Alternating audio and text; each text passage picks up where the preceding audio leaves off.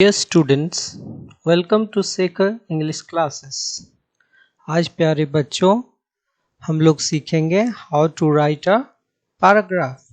Paragraph जिसको कि हिंदी में अनुच्छेद भी बोलते हैं। तो अनुच्छेद को कैसे लिखा जाता है और इसके क्या क्या विभिन्न एस्पेक्ट्स हैं, इसके बारे में चलिए आज सीखते हैं। तो सबसे पहले यहाँ पे देखो ये व्हाट इज पैराग्राफ। तो paragraph is a series of sentences that are organized and coherent and are related to single topic.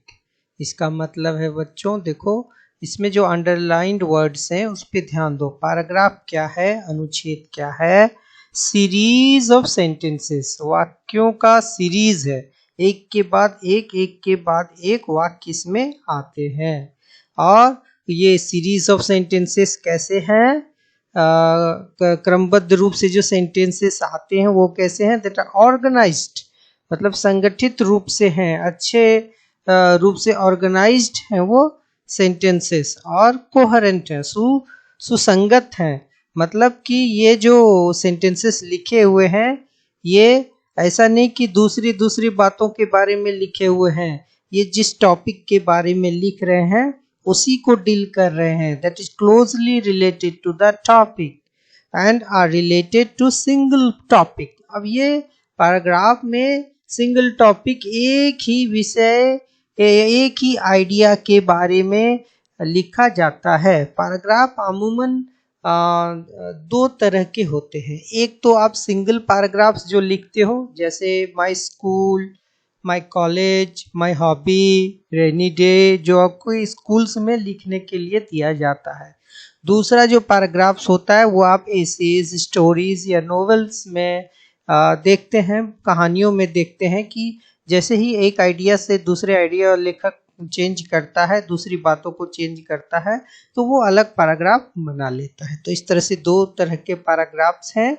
अब हम यहाँ पे ये पैराग्राफ्स के स्पेशल कैरेक्टरिस्टिक्स जान रहे हैं। तो दूसरा कैरेक्टरिस्टिक्स क्या है कि ए वेल ऑर्गेनाइज्ड पैराग्राफ, जो अच्छा develops a single controlling idea which is expressed in a sentence called the topic sentence। अब ये टॉपिक सेंटेंस क्या है कि वाक्य का जो आइडिया जो पैराग्राफ का जो मेन आइडिया है उसको बताता है, मतलब पूरा इंट्रोडक्शन जो देता है, जिसके बारे में पैराग्राफ लिखना है वो करने का काम करता है कौन?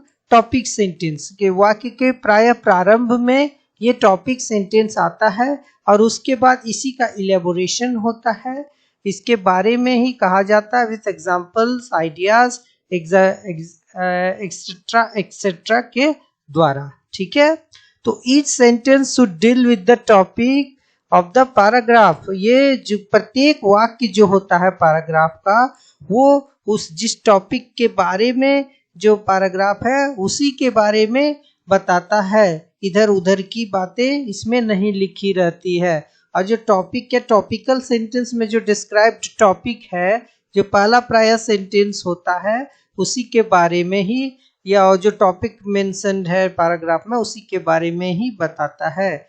There should be logical sequence of thought और डेवलपमेंट ऑफ आइडिया, जो तर्क संगत जो है आइडिया का, धीरे से जो हम एक्सप्रेशंस देते हैं, ये नहीं कि कुछ भी आप लिख दीजिए। टॉपिक है तो टॉपिक के बारे में तो आप कुछ भी लिख सकते हैं। तो टॉपिक के बारे में जिस एस्पेक्ट्स के बारे में, उस टॉपिक के बारे में हम लिख रहे हैं, उसी का तर्क संगत वाक्यों का जो है से एक वाक्यों का जो है वो समूह, जो इस सीरीज जो तैयार होता है वो तर्कसंगत वाक्यों का होना चाहिए, वितर्क वाक्यों का नहीं होना चाहिए।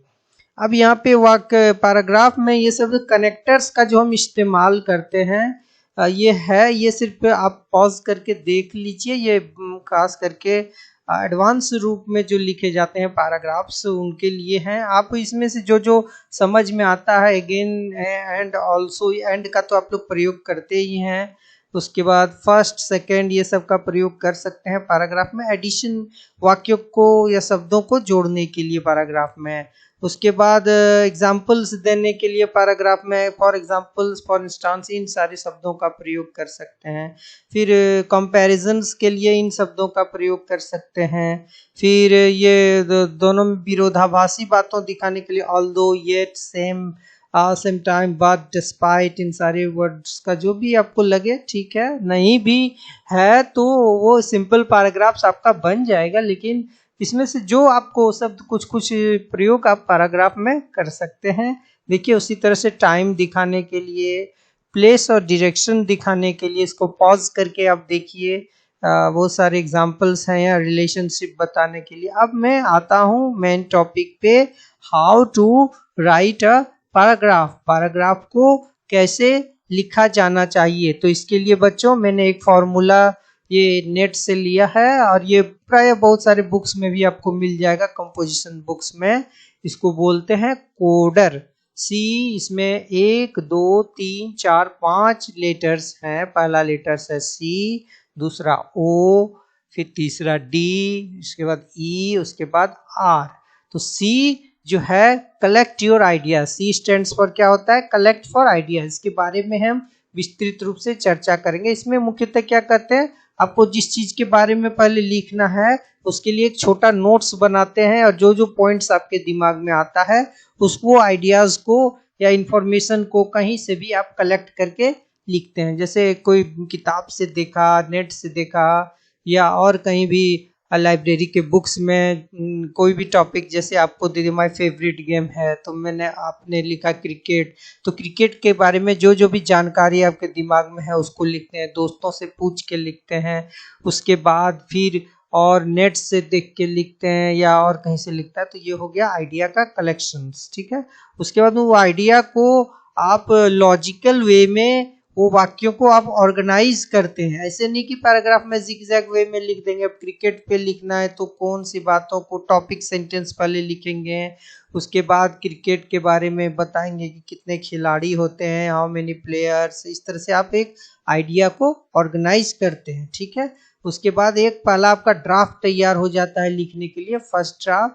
उसके बाद वो ड्राफ्ट पैराग्राफ आप लिखते हैं ड्राफ्ट में। उसके बाद इसको एडिट करते हैं, जो भी गलती है, स्पेलिंग एरर्स है या कुछ जोड़ना घटाना, वो सारा एडिटिंग में आप करते हैं और उसके बाद फाइनली आप रिवाइज कर देते हैं। तो इस तरह से 5 स्टेप्स हैं पैराग्राफ्स के। अब इसको कैसे करते हैं ये हम एग्जांपल्स से समझने की कोशिश करते हैं। देखो पहला यह है, नेम ऑफ द पैराग्राफ क्या है, माई स्कूल है। अब माई स्कूल ये पैराग्राफ्स को लेके हम अपना कैसे लिखना है, ये स्कोडर के फॉर्मूला से। तो पहला क्या है, कलेक्टिंग आइडियाज। तो आइडिया को कलेक्ट करना है तो माई स्कूल है, तो स्कूल के बारे में क्या क्या आइडियाज, आप नोट्स, एक शॉर्ट नोट्स बनाते हैं, आप में नेम ऑफ स्कूल लिखते हैं। उसके बाद लोकेशन कहाँ है उसको लिखते हैं, फिर कैसा स्कूल है वो लिखते हैं, है ना।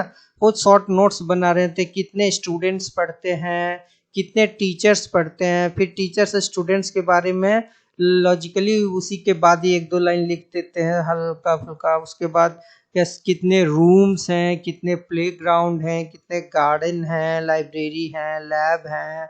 उसके बाद आप पसंद करते हैं। तो इस तरह से आप एक आइडिया अपने स्कूल के बारे में कलेक्ट कर लेते हैं इंफॉर्मेशन, जो भी पता करते हैं कि कितने स्टूडेंट्स हैं हमारे स्कूल में, टीचर्स कितने हैं, प्लेग्राउंड कितने हैं और क्या क्या है ना। सारे चीज़ों को आप कलेक्ट कर लेते हैं और एक कलेक्शन आपको आइडियाज, अब उन आइडियाज को आपको लॉजिकली और कोहेरेंट वे में ऑर्गेनाइज करना है, एकदम क्रमबद्ध रूप से और सही तरीके से उस आइडिया को ऑर्गेनाइज करना है। जैसे कि माई स्कूल का नेम है तो स्कूल का नाम पहले लिखेंगे, उसके बाद कहाँ पे है स्कूल के। तो इस तरह से देखो यहाँ पे जो ऑर्गेनाइज किया गया है किस तरह किया गया, आइडियाज और points should be in proper order, सही ऑर्डर में होना चाहिए। ये नहीं कि कभी लिख रहे हैं cricket is my favourite game, उसके बाद लिखते हैं Sachin Tendulkar is my favourite cricketer, उसके बाद लिख देते हैं आप bat is made of would, ऐसे करके नहीं। जैसे कि माय फेवरेट गेम पे लिखना है। आइडियाज को सही क्रमबद्ध रूप में कौन बात को पहले रखना है, उसी से रिलेटेड बातों को उसके बाद वाले सेंटेंस में रखना है, उससे फिर बाद वाले रिलेटेड, उसके बाद फिर उसी में से दूसरे एंगल को टॉपिक को टच करते हुए उसी से रिलेटेड एक यूनिटी रहना चाहिए। तो ऑर्गेनाइजिंग में क्या कहते हैं, पहले देखो मैंने एक रफ ड्राफ्ट उसका ऑर्गेनाइज आइडिया का तैयार किया। पहले लिखूंगा मैं क्या, the name of my school is, उसके बाद इट इज लोकेटेड, वो लोकेशन दूंगा, उसके बाद कितने स्टूडेंट्स हैं उसको दूंगा, कितने टीचर्स हैं उसको लिखूंगा। नेक्स्ट मैं क्या लिखूंगा, क्या ये डिसिप्लिन्ड वगैरह इस टीचर्स के बारे में एक लाइन लिख, स्टूडेंट्स के बारे में लिख दूंगा, हालांकि वो जरूरी नहीं है लेकिन लिख सकते हो। कितने रूम्स हैं, कितने लैब हैं, कितने लाइब्रेरी हैं, और ये कितने प्लेग्राउंड्स हैं, गार्डन हैं। उसके I love my school concluding sentence दूंगा। तो पहला मैंने क्या ऑर्गेनाइज किया, इस तरह से ये हमारा टॉपिक सेंटेंस हो जाएगा, क्योंकि हम बता रहे हैं कि मेरे स्कूल के बारे में क्या है और उसी से रिलेटेड ये सारी बातों को हम यहाँ पे लिखेंगे। तो इस तरह से कोहेरेंट वे में सही तरीके से अपने सेंटेंसेस को मैंने रफ में ऑर्गेनाइज किया। अब मेरा ड्राफ्ट तैयार होगा। अब देखो ड्राफ्ट हम कैसे, फर्स्ट ड्राफ्ट या बोलो कि पैराग्राफ जो लिखना चालू होगा, तो मैंने लिखना शुरू किया। देखो ये टॉपिक सेंटेंस है, the name of my school is, उसके Vivekananda high school, it is located near airport, वहाँ पे गांधी रोड दिया हुआ है, थोड़ा सा वो प्रिंटिंग मिस्टेक है, टाइपिंग मिस्टेक है, सॉरी। अब Vivekananda high school is near airport, कितने स्टूडेंट्स हैं, कितने teacher, there are 1000 students and 50 teachers in my school, all students are well disciplined। Students के बारे में एकदम लॉजिकली देखो आइडियाज को डेवलप कर रहे हैं हम। Teachers too are very, teachers के बारे में, ब्यूटीफुल बिल्डिंग के बारे में उसके बाद मैंने बताना शुरू किया। अब बिल्डिंग के बाद क्लासरूम, उससे रिलेटेड टॉपिक क्लासरूम्स आ गए। और क्लासरूम के बाद क्या होगा, क्लासरूम्स के बाद में कैसा, लाइब्रेरी, कंप्यूटर लैब, है ना। There are 20 beautiful classrooms, one well-equipped computer lab, 3 science labs, and also a language lab. There are 2 playgrounds and a beautiful garden. तो इस तरह से मैंने कोहेरेंट वे में, ऑर्गेनाइज्ड वे में सारे आइडियाज को लिखा। उसका कंक्लूडिंग लाइन क्या दिया, it is very important for me, I love my school, ये कंक्लूडिंग हो गया। अब मैंने पैराग्राफ लिख लिया। अब उसमें एडिटिंग में क्या करते हैं कि कुछ गलतियां हैं या कुछ जोड़ना है, कुछ घटाना है, या कोई मिस्टेक्स है, स्पेलिंग मिस्टेक्स है, ग्रामेटिकल मिस्टेक्स है, उसको सारा चेक करते हैं। देखो कुछ कुछ वर्ड्स मैंने अच्छे वर्ड्स फिर यहाँ पे जोड़े हैं। It is, जैसे the name of my school is Vivekanand High School, it is located near Airport Road, there are 1000 students and 50 teachers in my school here। अब here यहाँ पे एक वर्ड्स जोड़ के इसको और खूबसूरत बनाने की कोशिश किया। All students are well disciplined, फिर बिसाइड्स वर्ड्स जोड़ा है मैंने, और जो भी मिस्टेक्स है उसको ठीक किया। Besides teachers too are very laborious, it has also a very beautiful building, there are 20 beautiful classrooms, 1 well-equipped computer lab, 3 science lab, also a language lab, 2 playgrounds। अब ये सेंटेंस को दूसरे तरीके से लिख, ब्यूटीफुल। इस तरह से हमारा पैराग्राफ तैयार हो गया। उसके बाद रिवीजन करते हैं, जो भी एरर है उसको ठीक करते हैं। तो इस तरह से हम एक सिंगल पैराग्राफ से लिखते हैं।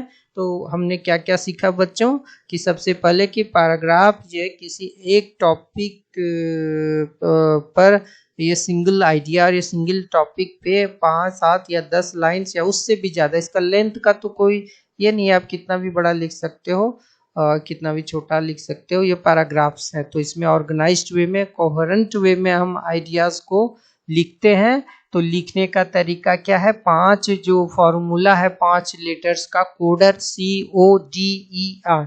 सबसे पहले आइडियाज़ को, जो भी आपको इससे रिलेटेड कोई भी पैराग्राफ दिया जाता है तो उससे संबंधित आप जानकारी जुटाते हैं, उसको रफ पेपर में लिखते हैं। उसके बाद उन जानकारियों को सही क्रम में सजाते हैं, जिसको कि बोलते हैं ऑर्गेनाइजिंग ऑफ आइडियाज़। उसके बाद आप पहला पैराग्राफ लिखते हैं, ड्राफ्ट तैयार करते हैं उसका, और उसके बाद उसमें जो भी गलतियां हैं उसको सुधारते हैं, जो भी जोड़ना घटाना है वो करते हैं। फिर ग्रामेटिकल उसे रिवाइज करके आपका जो पैराग्राफ्स है वो तैयार हो जाता है। तो इस तरह से आप ज़्यादा से ज़्यादा पैराग्राफ्स लिखने की कोशिश करेंगे बच्चों। हम आगे में आपको इसमें बहुत सारे जो क्लास 9-10 में आपको पैराग्राफ्स पूछे जाएंगे, उनका लिंक मैं डिस्क्रिप्शन बॉक्स में दे दूंगा, उसको देख के आप अपने नोट्स बना लेंगे। Thank you, have a nice day.